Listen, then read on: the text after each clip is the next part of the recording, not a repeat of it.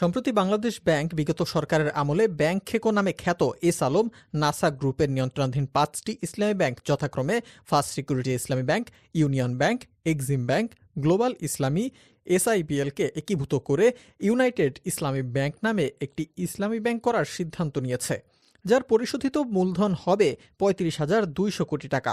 সরকার ২০,২০০ কোটি টাকা তাৎক্ষণিক পরিশোধ করে মূলধন সরবরাহ করবে মর্মে সিদ্ধান্ত গৃহীত হয়েছে। সরকারের এমন সিদ্ধান্তকে ব্যাংক খাত বিশেষজ্ঞগণ সরকারের আবার একটি শ্বেত হস্তি পোষার মতো বিষয় বলে প্রশ্ন তুলেছেন।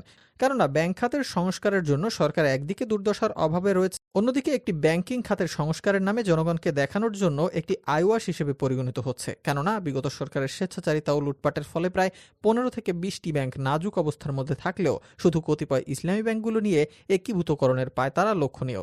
অন্য ব্যাংকগুলোর বিষয়ে কোনো প্রকার কথা শোনা যাচ্ছে না। সরকারের অধীনে যে ব্যাংকগুলো রয়েছে সে সকল ব্যাংকগুলোর মূলধন পর্যাপ্ততার অভাব রয়েছে।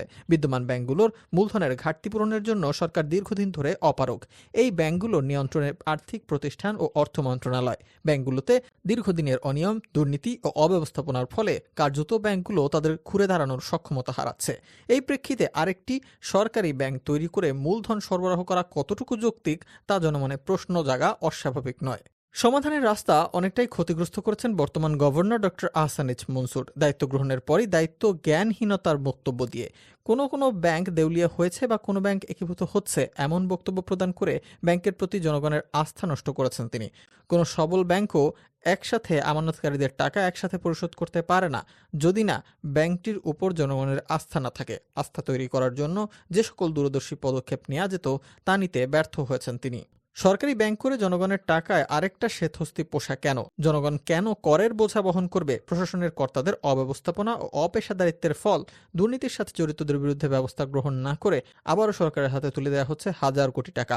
দুর্নীতিবাজ ব্যাংকারদের বিরুদ্ধে ব্যবস্থা গ্রহণ, অর্থ আত্মসাৎকারীদের সম্পদ বাজেয়াপ্তকরণ এবং ব্যাংকিং খাতে সুশাসন প্রতিষ্ঠার মাধ্যমে জনগণের আস্থা ফিরিয়ে আনা সম্ভব। এতে ব্যাংকগুলোর উৎপাদনশীলতা বাড়বে, জনগণের অর্থের উপযুক্ত ব্যবহার নিশ্চিত হবে।